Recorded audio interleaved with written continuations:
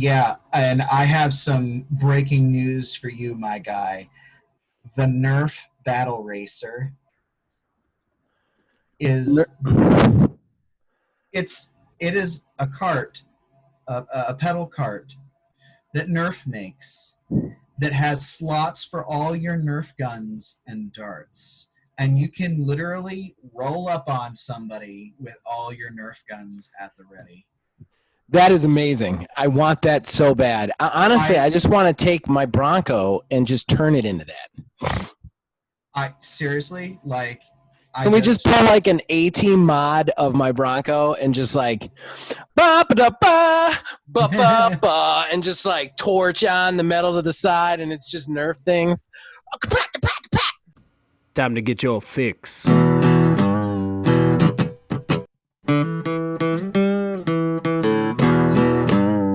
It's a horrible gaming podcast. It's not good, it's not great. Horrible gaming podcast. It's not even what you would call fair. It's really not that good.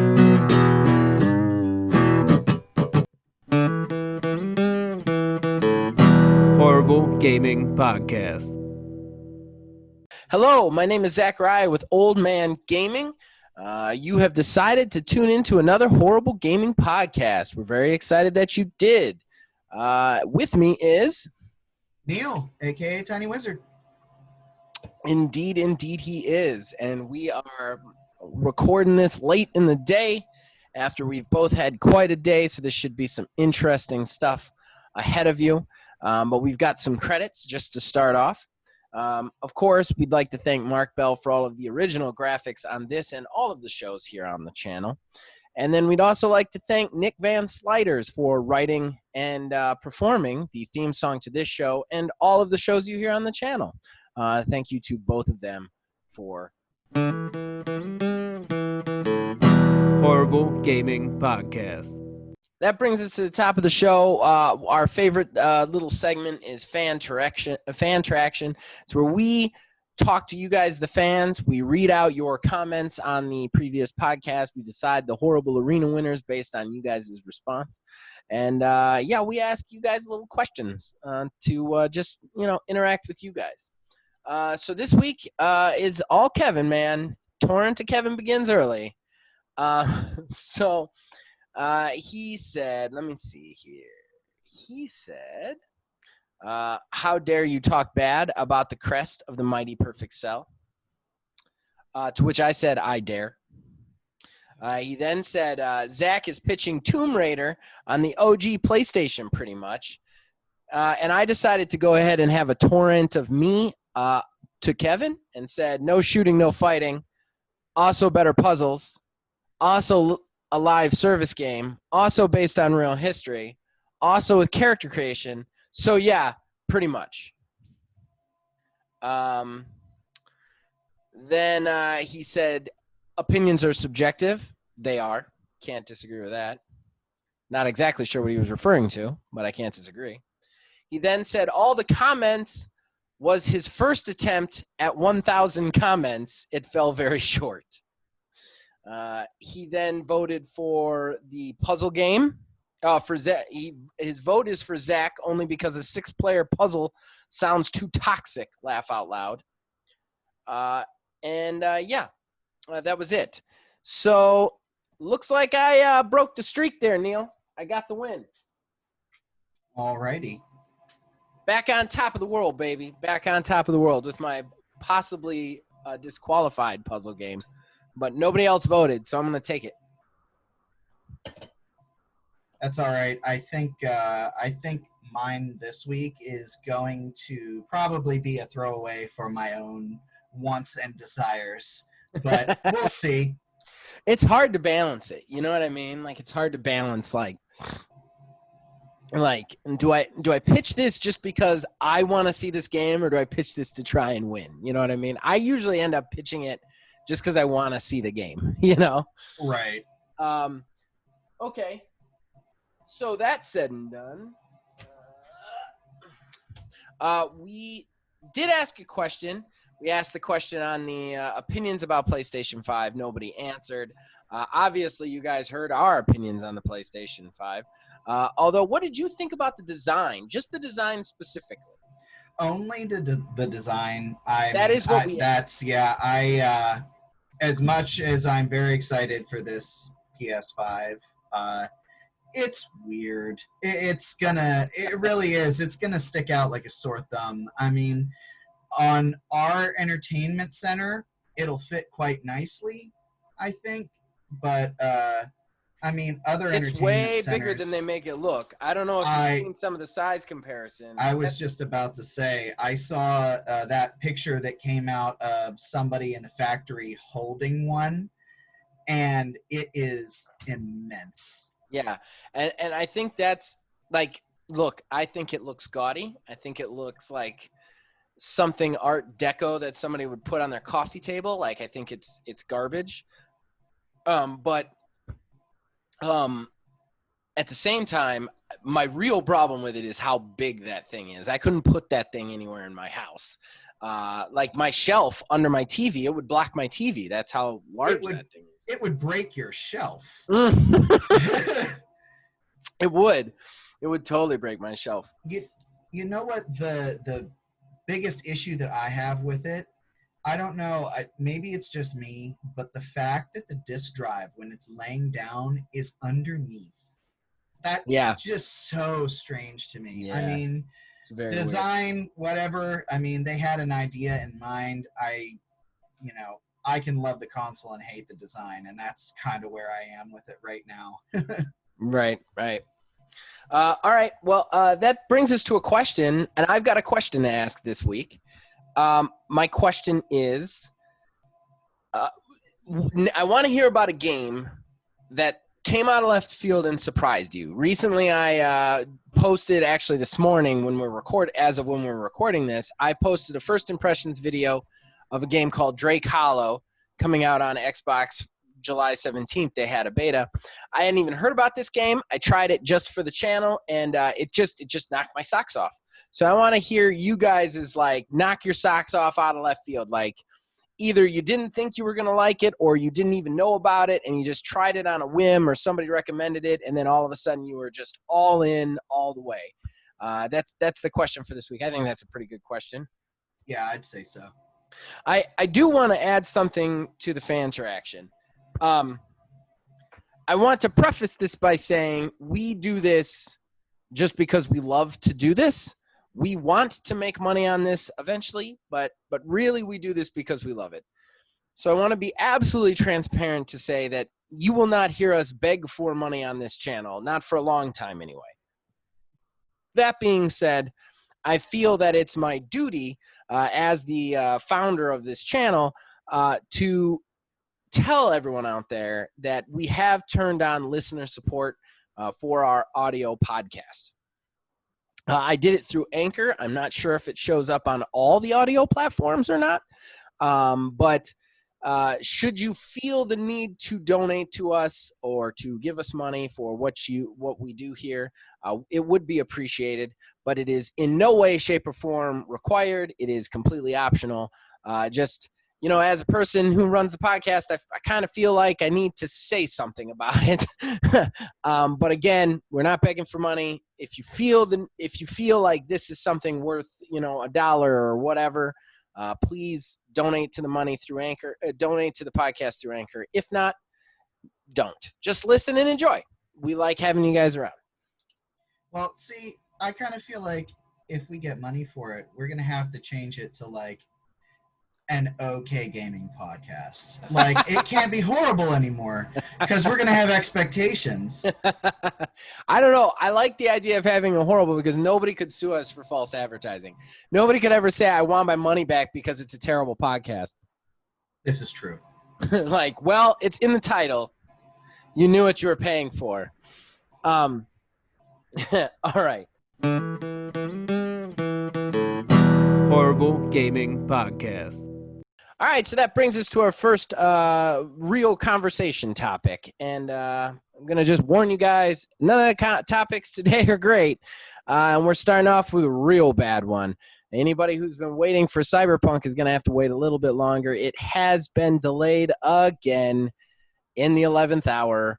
It is now, instead of September, I believe it was coming out September 19th. It is now November 19th that is coming out. So almost 2 months later, and now probably right in the window of the new system launches. So here's my thing. And I'm a little bit upset about this. I think that people in the gaming industry, especially the people who are playing, have been conditioned to be okay with delays and they've been conditioned with it because games that are released ahead of times are buggy and crappy and whatever. And I get that. You don't want a crappy, buggy game. You want a finished game. But that does not excuse these companies for giving us dates and going back on them. When you give a date, it is supposed to be a concrete, set in stone sort of thing. If you don't know you can release a game by a certain date, don't give us a date. Give us a release window. Fall, winter, 2020. I don't care. Don't give us a date until you know you can deliver. You can give this company a pass on the first one, okay? But this is the third date we have had for this game that we have been waiting for nearly 10 years. And I go on Twitter right after this delay, and I just see everybody like, this is totally okay. It's totally great. Great that they're finishing the game. Great that they're taking the time. You know what? It's great that they're finishing the game, but it does not excuse them lying to us. And I don't know if you're going to agree with me on this. I know that I'm probably in the minority, but I'm really sick of how much leeway these companies are getting. I don't think it's the delay that gets people upset. I think it's the initial expectation when they make the announcement of a release, because we knew Cyberpunk was coming. We knew it's been made since they showed it back in, I think it was 2012, something along those lines, when they first teased it. Right. Like, we knew it was coming, but then we had dates associated with it.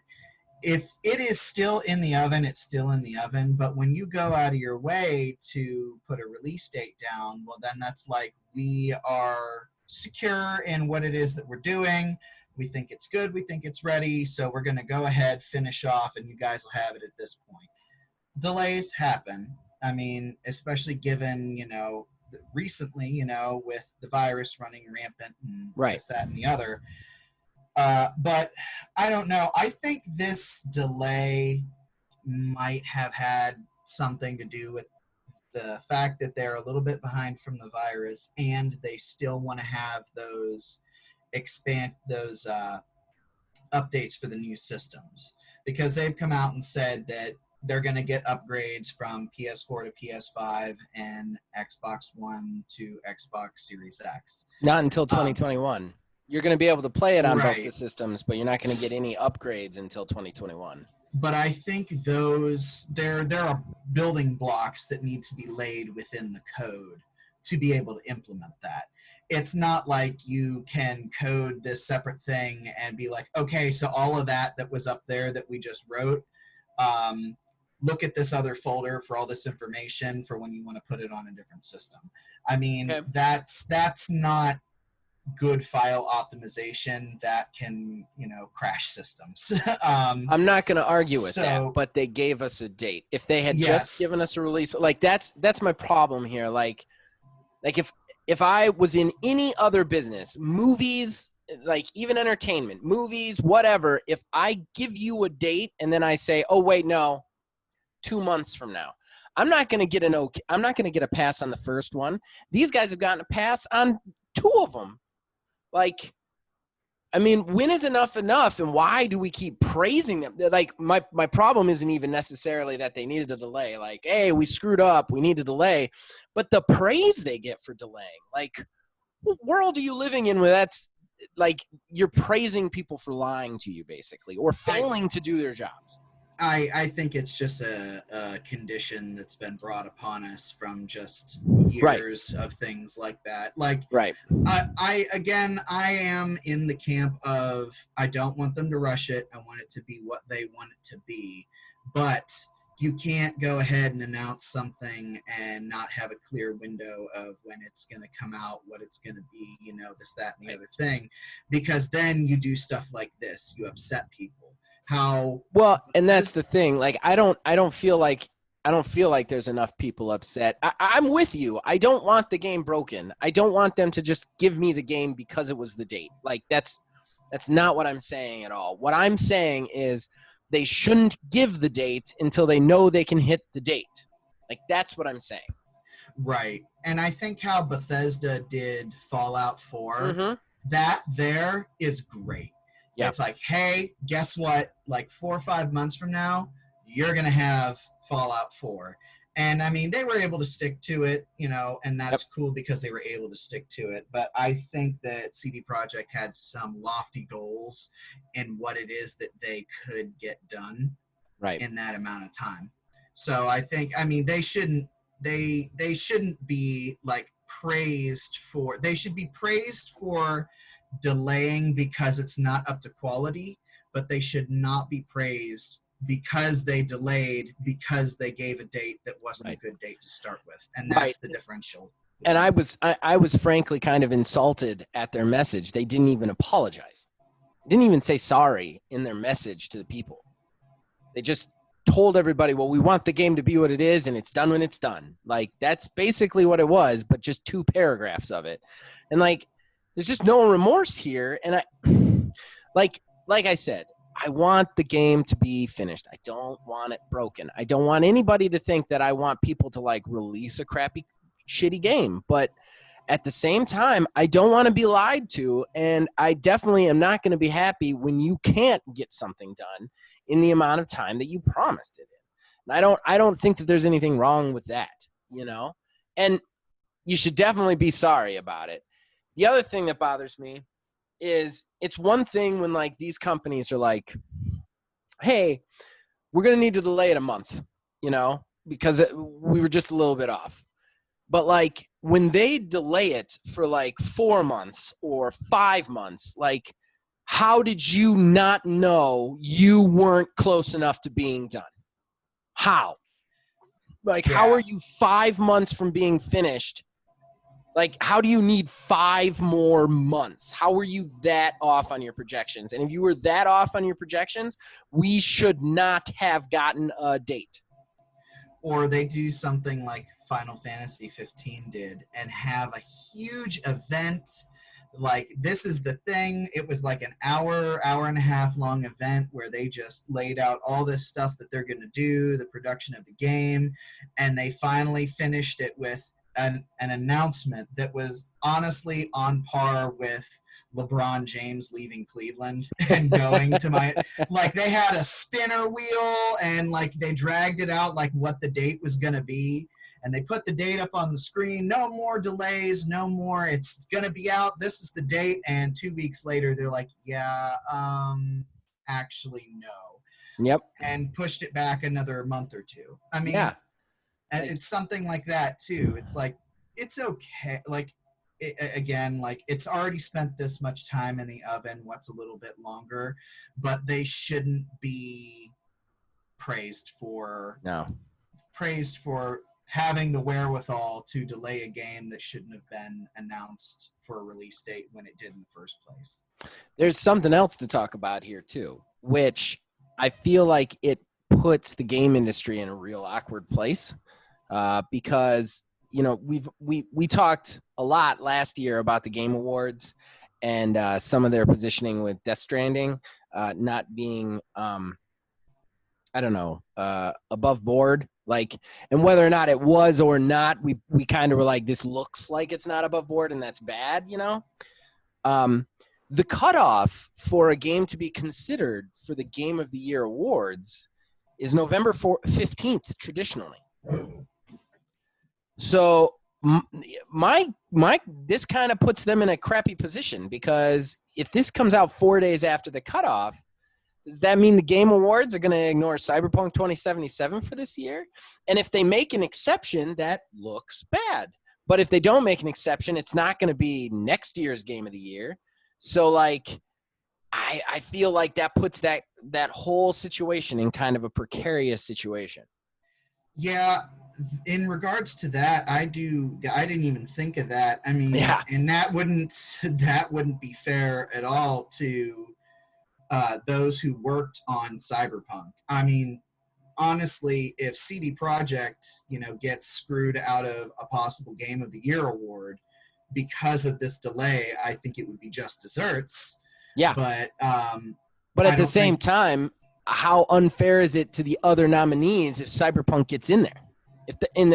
How True. unfair is it to the person who would have had that spot, but they made an exception for 4 days after? You know what I mean? Like, right. it's real. It's a lose-lose all the way around. Somebody's going to look real bad in that situation.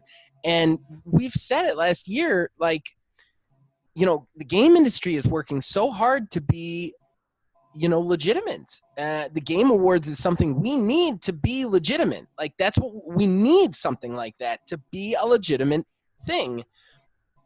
You got the whole Death Stranding thing last year, and now you're going to have this. It's going to really hurt the games industry, I think. At least not the games industry as far as sales, but legitimacy. You know what I mean? Right. Yeah, So, I don't know. Do you have anything else to add to it? No, I mean, I'm always on the fence when it comes to delays, because any more time that they would take to put into a game only makes the game better. But it's always a bummer, Right. But at the Here's same my time, thing. Like, I'm totally down with a game being better and them taking more time. It's just, stop telling us the date then. You know what I mean? Like, that's my problem here. I want to, like, hammer that home. My problem is not, I don't want broken, shitty games. I want them to take all the time they need to make this game awesome. It's just, stop telling us when it's that you're going to bring it out on a certain day and then pushing it back last minute. You know what I mean? Like, that's my problem. Like, don't give us a date. Just don't give us a date until you absolutely know it's going to come out. I don't understand why these companies can't do that. I think another problem is the balancing of the hype as well. Like, they're announcing games way too early. I've said that many times, and I stand by that still to this day. They're announcing stuff way too early. You have to temper that whole, okay, well, here's the announcement. We need to have people hyped for it. But if you leave the hype go too long, then it fizzles out. People start to not care anymore. So then they're like forced into like this arbitrary window. And Right. then from the arbitrary window, it's the arbitrary date, which gets delayed a couple times. I mean, well, and I understand the hype train a little bit because these games cost so much to make. The hype train actually generates funds for the game post the creation of the game, like post the start of the game. The hype train generates even more revenue. It gets investors on board. It gets shareholders on board. It even generates revenue through Twitch and YouTube when you are able to get that hype going and put it into streamers' hands early and stuff like that. So I get the hype train. I get announcing a game early. What I don't understand is giving us concrete dates and then breaking it. Like, there needs to be something concrete in the release schedule, and I think it should be the date. Like look at Disintegration. I know Disintegration's not doing so well, and it had some bad reviews. But as far as its hype train goes, like, it built up hype, and then it gave us a release window until such time as it could give us a date, and then it gave us a date and it released. Like, I don't have a problem with the long hype. It's just, don't give us any concrete numbered date until you're at a point where you can say, we're definitely going to release on this day. And I think we need something concrete in the business. Like, otherwise, the hype is maddening. You know what I mean? Yeah. Like it's like a tornado, or it's like a windstorm. Just give us an anchor somewhere in there to hold on to, so that, like, even if you haven't given us the anchor yet, we know it's coming, and when it comes, it's going to be an anchor, and we're going to be good. Otherwise, it's just wind and noise, and that's a big problem with everything in gaming right now. Is it's a lot of wind and noise with. I don't want to say. Well, I'm sorry. Go ahead. I was actually just gonna say some stupid stuff. Are we not all just wind and noise? Cute. Well, that's fair. I know I'm wind and noise. I know I was literally created as wind and noise. All right. Well, I think we've covered this subject. We can move on to the next one. Alrighty. Horrible Gaming Podcast. All right, so that brings us to our second topic. We're doing good on time. We're feeling good. We're chewing ahead.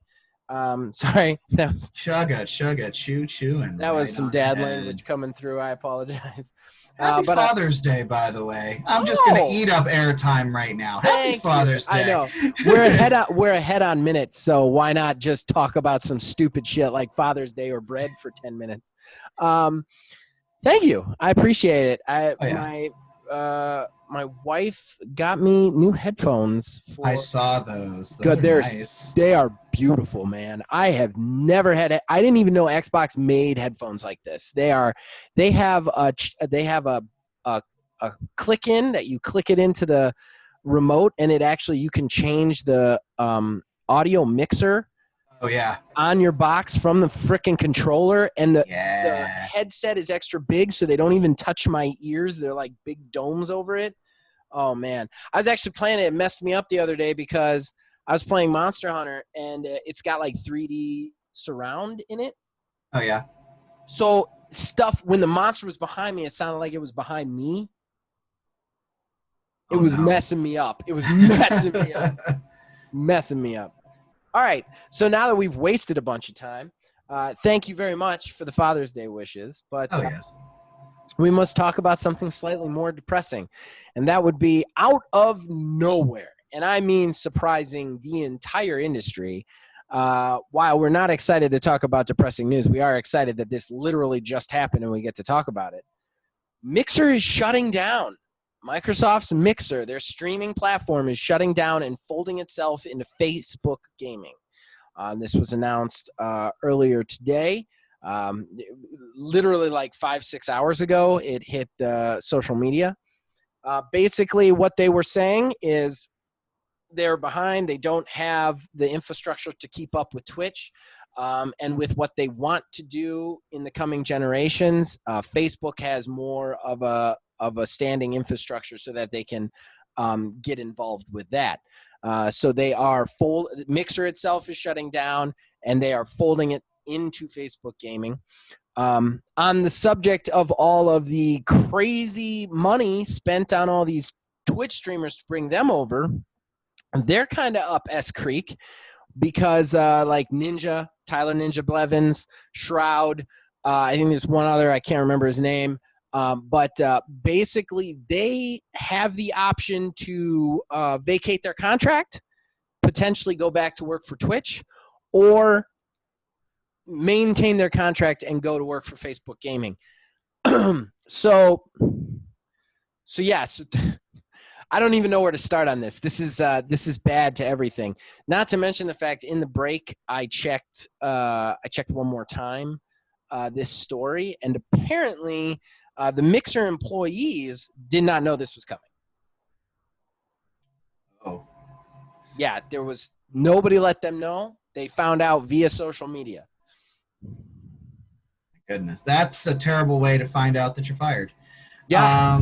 Yeah. I mean, this is real sad and real messed up. And everybody out there who thinks I'm a Microsoft Xbox fanboy, I'm going to tell you right now, this is an affront to basic decency, let alone the gaming industry. You've put out of jobs all of these employees without even letting them know. You folded into Facebook, but let's talk about the $90+ million that you spent on these Twitch streamers to bring them over. You didn't put that into R&D. You didn't put that into paying your employees. Nothing. That went to these streamers that you don't even have contracts with them anymore. Plus, those streamers, I mean, I know they've got plenty of money because they got $90 million for it, but now they are stuck out on a life raft because they've told Twitch to go sit and screw, but they got to go work for Facebook Gaming? Facebook Gaming? Like, that's like the 17th most watched gaming social media. Yeah, I'd rather work for I don't know. I know I'm eating up airspace. Let me get your point of view on this. So I think this is one of the few things that I'm like super negative on and don't care about. I don't think that streaming is a huge thing. I mean, You're out of your mind. You're out of your I mind. Switch something. streaming generates billions of dollars for the industry. It generates billions of dollars for the games. It generates jobs. Like, you're out of your mind if you think streaming is nothing. I mean, I don't think it's nothing, but I see zero value in it whatsoever. No. I mean, you have these people who broadcast at specific times. I, who do not have a set schedule, cannot really even partake of anything like this. I would much rather use my free time to go play something myself rather than watch somebody talk about playing an online shooter or something like that. There's something more to be said about let's plays. Let's plays are a bit different than live streaming, I feel like, but honestly, the streamers themselves, I feel no sympathy personally because you're in a job that is inherently volatile. So I feel like that's just a part of the job is, doing or saying something or something like that to have your viewership go one way or the other, or if a platform shuts down, something like that. It's just like anybody else who has a job. If my work gets shut down, I'm out of a job and I have to go find a new one. And you don't want anybody to have sympathy for you when you lose a job? I mean, that's kind of a crazy way to look at it, Neil. I mean, just because the job that they work in is volatile doesn't mean we shouldn't have sympathy that they don't have jobs. I mean, granted, they made a ton of money off these deals, but there were a lot of streamers out there who are probably just eking by who have lost their jobs. You also have a lot of people who are behind the scenes who have lost their jobs. Tech people who kept the thing running that are going to lose their jobs. People who weren't on the stream are going to lose their jobs. Like, we're not just talking about Ninja, who can jump off a bridge as far as I care, but we're not just talking about him, man. We're talking about a lot of people losing their jobs here. I mean, say that you have no sympathy for any of these people being unemployed is rough, bro. Well, the first time I look like a good guy. Yeah, no, it's not the people who work at the company, that run Mixer or anything like that. It's those who sign on to do a job that is supported by revenue or anything like that. So, like, people who go clock in, do work, this, that, and the other. Yeah, that's absolutely 100%. Like, I totally, people like that losing their jobs, that's fine. But you have a lot of people who are content creators who have to change their formula, this, that, and the other.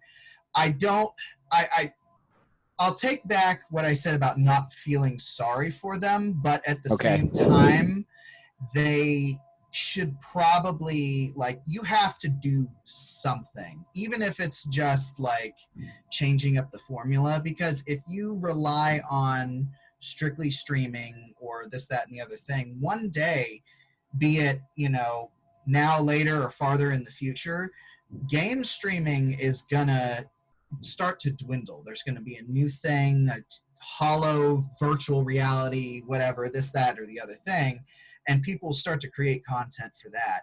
And I think that those who I think you are speaking like a 50-year-old man about YouTube when it first started. And YouTube's still around and going strong. I don't think streaming is going anywhere. Don't get me wrong. I'm not a guy who watches streams.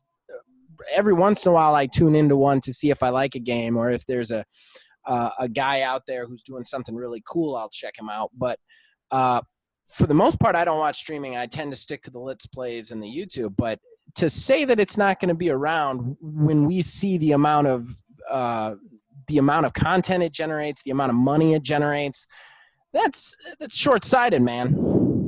Well, I think, no, what I'm saying, like, if you look at somebody who does like strictly one single thing on like a channel on YouTube who's like, I do literally this one thing and that's it, right? Their viewership starts to stagnate because that's you true. know what you're getting and stuff like that. And I feel like this sort of situation while no fault of their own.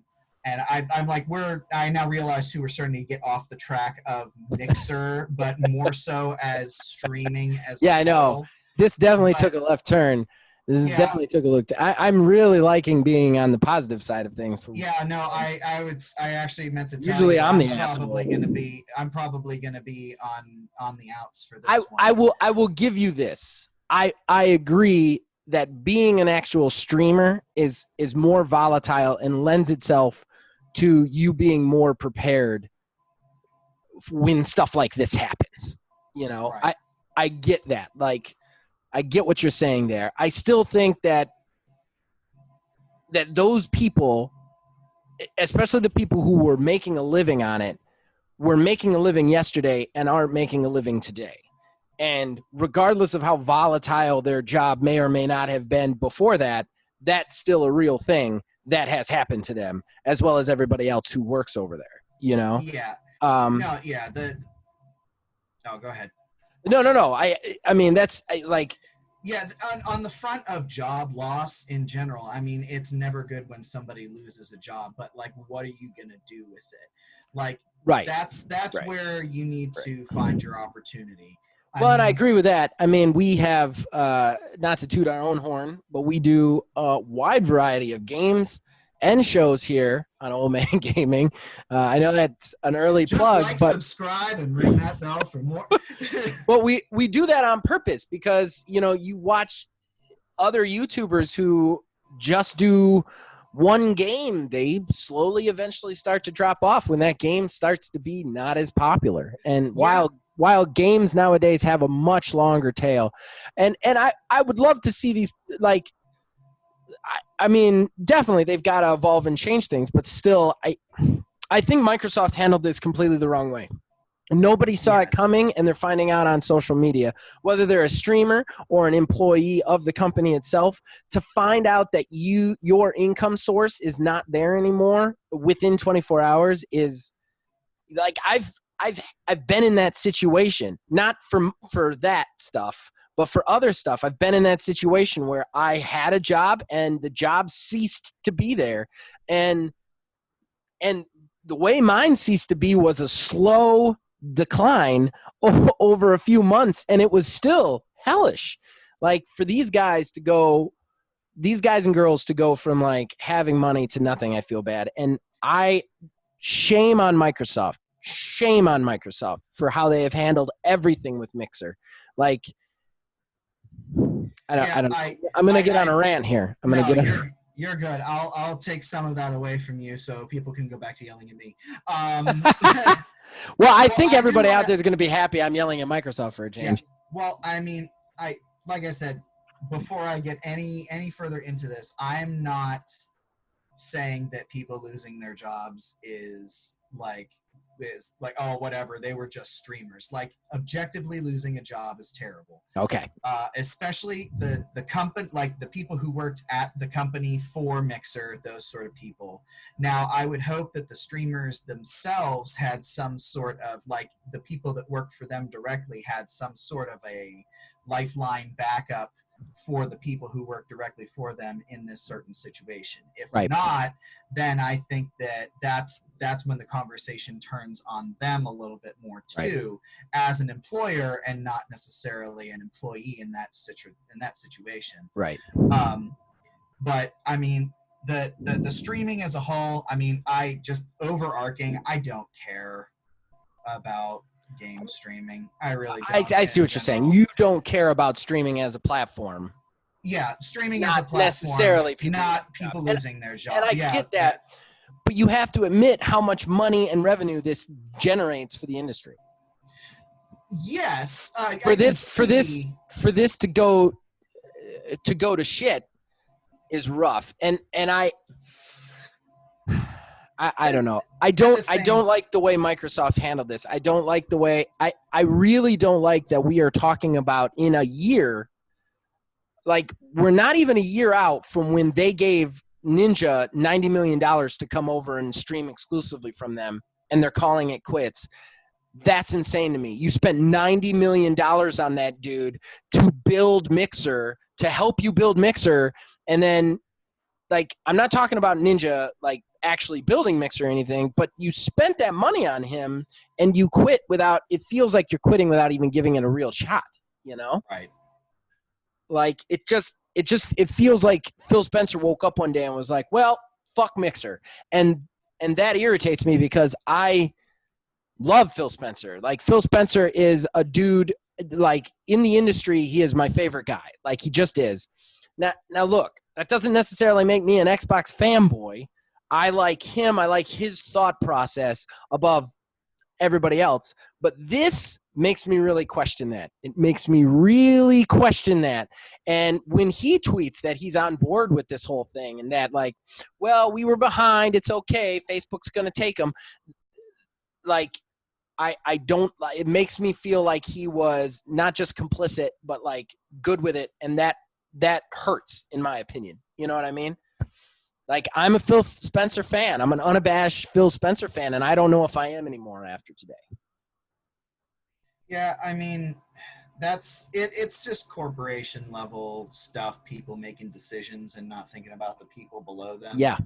I mean that. I had on its hoped. own- I had hoped, though, that they would be better than that. You know, and that's my mistake. It's my mistake for thinking they would be, but I had hoped that they would be better than that. And I'm not going to lie. Anybody who's been in our Discord has heard me not happy with either company and a lot of the stuff they're doing for the next generation, but this only pushes me farther away. And that sucks. That sucks, you know? Yeah, I mean, it's.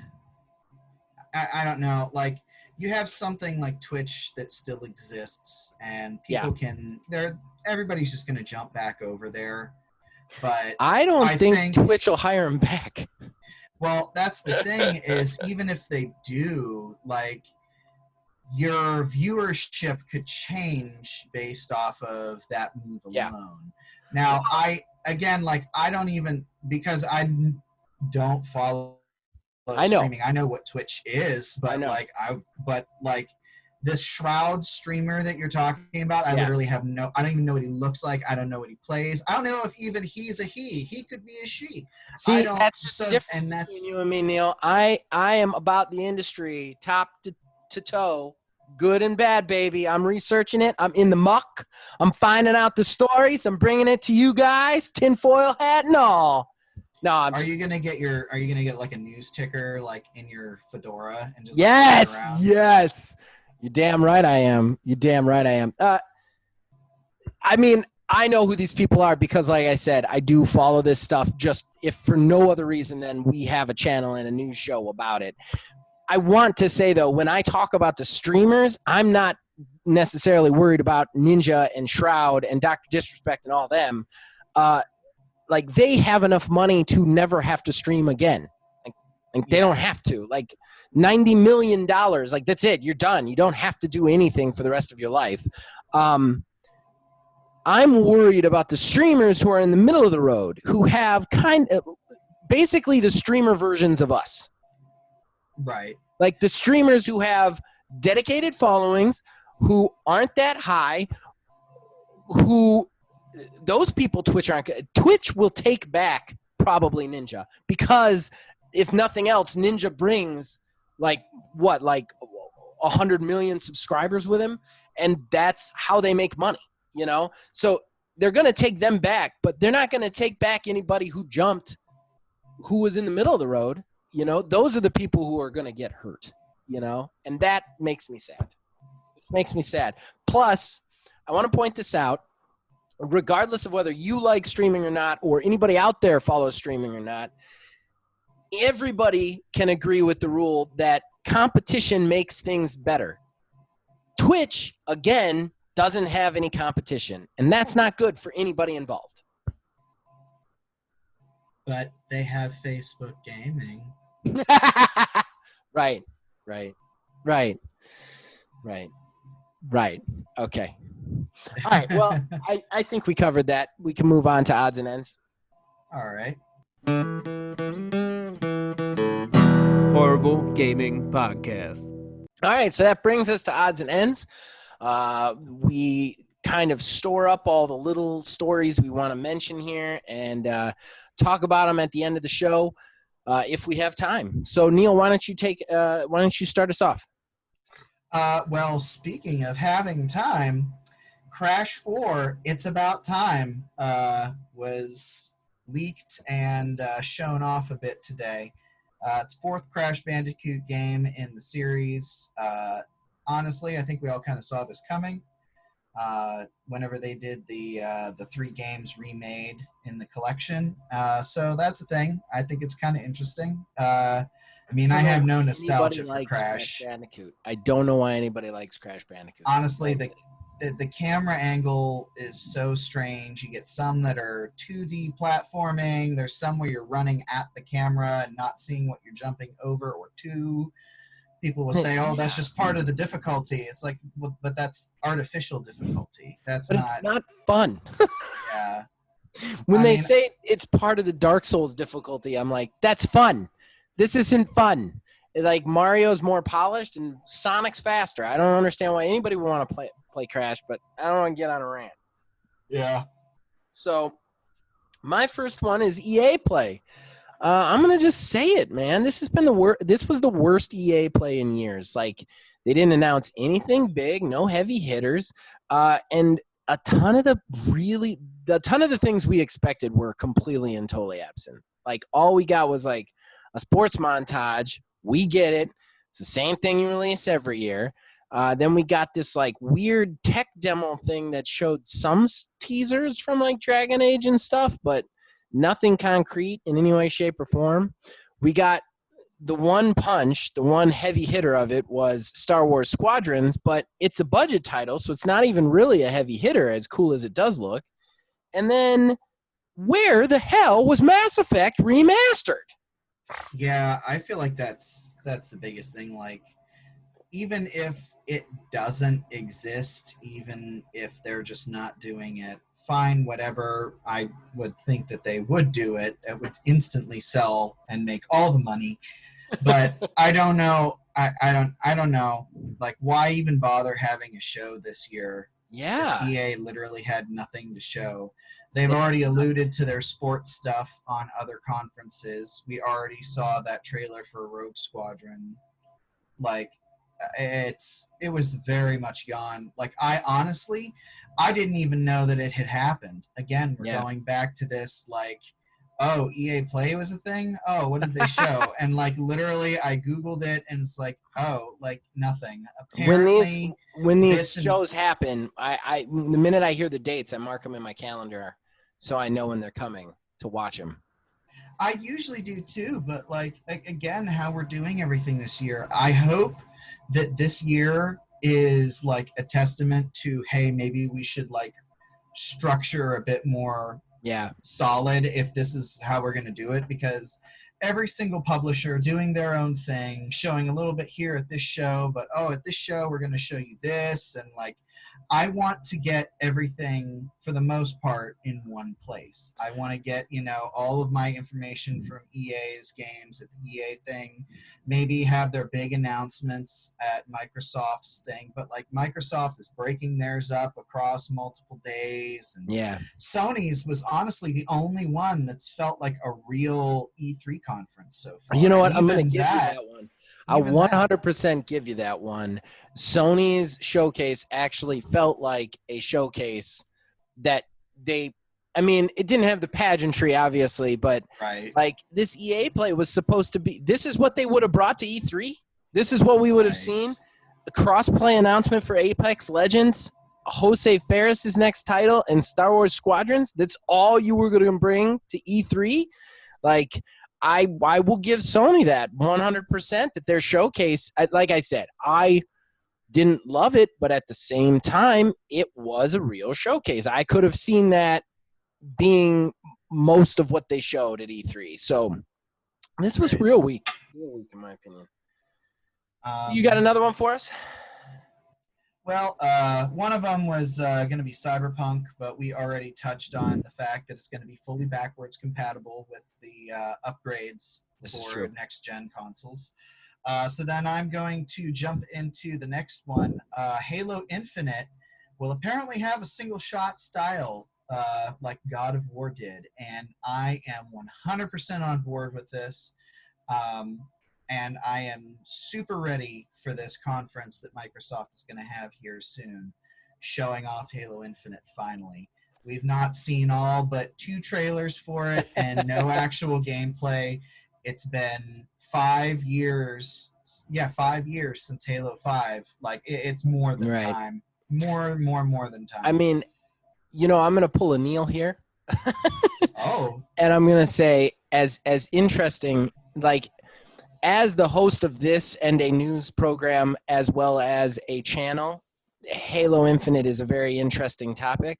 As me, the gamer, I could care less. I don't care about Halo. I don't care about Halo Infinite. It doesn't get me excited at all. The only thing I want to see is Fable 4. That's what I want to see from the next. Yeah, I mean from the next conference, and the next conference is the one to do it at. I know that they've pimped the Halo Infinite like out the door, but they've also pointed out that it's going to be the games studio, the Xbox Games Studio conference.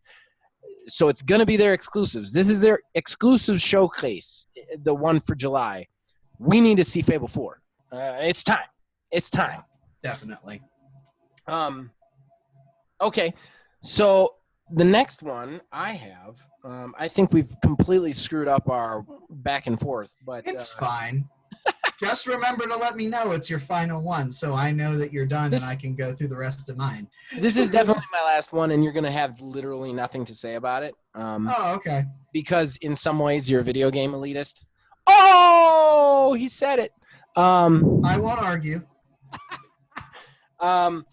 There's a Rocket Arena. It is this kind of battle royale where it's all rocket launchers. It's kind of like a hero shooter type thing. Interesting game, I think. It's been in beta for a while, and it's something that I definitely wanted to try. They're coming out, and they're actually going to charge money for it. Like, and that's something I just want to throw out there. Like, this game is going to cost $30 to buy off the bat. Could you imagine if Fortnite cost $30? Like, now you could make money off of it, but you couldn't in the beginning. Like, the Battle Royale part, I mean. Right. Or if any of these Battle Royales cost $30. I mean, One PUBG does. I was about to PUBG say. does. I'm not going to argue with that, but PUBG had also built itself up on PC for many, many, many, many years before it started charging Xbox people that, Yeah. I don't know. I feel like in this climate with all the free-to-play Battle Royales versus games, it just doesn't make sense for them to make this a price at all. Yeah, I mean, it's whatever. I honestly, I don't know anything about it. Yeah, so I couldn't tell you one way or the other. It's all good. It's all good. I've shared the story. Do you have another one? Yeah. So one of them's going to be brief, and then another one that just might be me venting briefly. Okay. So you actually might want to call this episode the one where Neil's a dick, just because I don't know. I don't know. I'm just giving off a very negative vibe this week. You're very negative today, but I know you've had a lot of negative stuff happen to you, so I get it. But yeah. You're very negative. So apparently Billy Mitchell's scores for Pac-Man and Donkey Kong have been reinstated. What a load of bullshit. Yeah. Did you watch the documentary? Did you watch King of Kong? I haven't watched it. I know everything that happened in it. I know that the dude broke the records in a different fucking room than anybody else was in. With a cheater board, basically. Yeah, like this dude cheated. That's why his stuff was taken away. I don't understand why he was reinstated if he cheated. I don't get it. Yeah, I don't. I urge you to watch King of Kong because I kind of like read the story and I was like, Well, I don't know, maybe kind of. I mean, it does seem a little bit weird, that he's playing on a different board, but he's like, "Oh, well, it's all the same circuitry. It's just like updated. It's like it's the same, but it's not." That's what you're Right. telling me. It's not Right. original, so then it's not the same. So then, things are different. Right. And like the documentary very much points all that out, and I don't know if it's by design. It very well could be, but by the end of the documentary, I was like, "Oh, yeah, this dude cheated so hard." Right. Um, Absolutely so ridiculous. yeah, they went. I'm with you on that. I'll join you in reinstated- negativity. That he dude's a rein- dirtbag. Yeah. So and then my last one, I actually don't have any notes on. So like this one's just gonna be kind of free form. So everybody's doing their own sort of conferences and everything Right. now. So we had one explicitly for Kingdom Hearts. Kingdom Hearts 2020 is what they called it. They announced just now everything that happened, all the games that happened up until Kingdom Hearts 3 have now been dubbed Kingdom Hearts Phase 1. Whatever that's supposed to mean. Whatever that's supposed to mean. I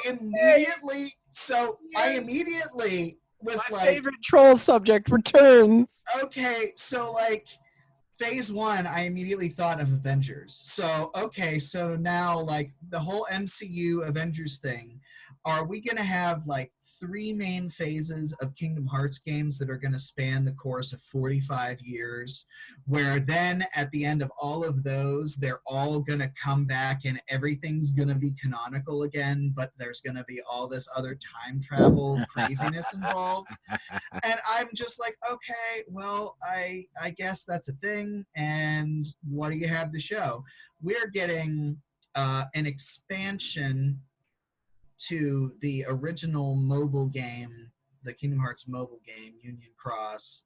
Oh, fun. Yeah, that's what we want. Yeah, I jumped off of that one hard. I played it for so long. It was a free to play game. I was like, there's got to be something. Like I played it obsessively for like 3 weeks to a month straight to try to find something. There is zero. Like there's like not even any like main story beats that mean anything in it. It's just a throwaway cash grab. And they're expanding it with Kingdom Hearts Dark Road, which is more backstory stuff. Sure, whatever.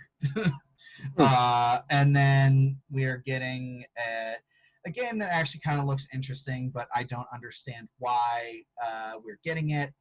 The Memory of Rhythm or something. It's some pretentious name. You sent me this one. It's a rhythm game. Like I think I will end up playing that one just because I enjoy the music from the series so much. I actively listen to it.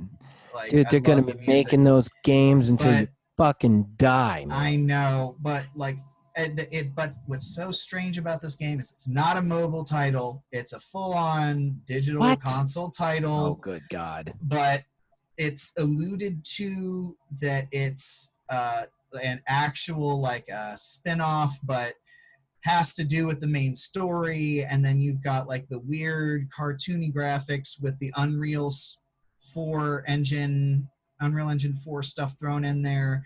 I'm tired. I'm so tired. I'm so exhausted now. Like I don't know if it's just maybe I'm just old and the magic is gone, but like I can't anymore. Like I can't try to make sense of the story anymore. I could keep up with it for a while, but it. Can I tell you something, man? All these franchises, all of them, it's something that bothers me. They're going to be making them until we fucking croak. It's one of the reasons I walked away from Halo when I did. I'm like, no, I'm not going back. It ended for me. It ended after 3, and that's it. Because I don't want to be 90 and being like, I don't think I'm going to make it to see what happens to Master Chief. Like, I don't want to be that. I don't want to be that guy. So, yeah, fucking shit, man. All right. Well, we definitely got to move on, man. Yeah. I hope your rant was over because we got to move on to the next one. It was. There's nothing else to say. Horrible Gaming Podcast. That's it, ladies and gentlemen. It brings us to the end of the show, the moment you've all been waiting for, the horrible arena. What does that mean if you've never listened to the show before, other than the fact that you should listen to more of these shows? Well, it means that each of the co-hosts are going to pitch you a game. They're going to pitch you the developer, the title, and the elevator pitch of what that game will entail. They will pitch it to you based on certain criteria. We take turns picking that criteria, so we each have home field advantage. And then you, the listeners and viewers, will get to take to the comments, any place where you can comment, and tell us what you thought, which one would be the one you spend your hard-earned money on. And then next week, we pick a winner based on that. So the quantum coin has been tossed. That means Neil is our first person to go. And the criteria, as described last week, was licensed material. So whatever the game can be anything, but it's got to be based on licensed material. So Neil, take it away, buddy. All right. So mine, I don't think I'm going to win this week, but I don't even care.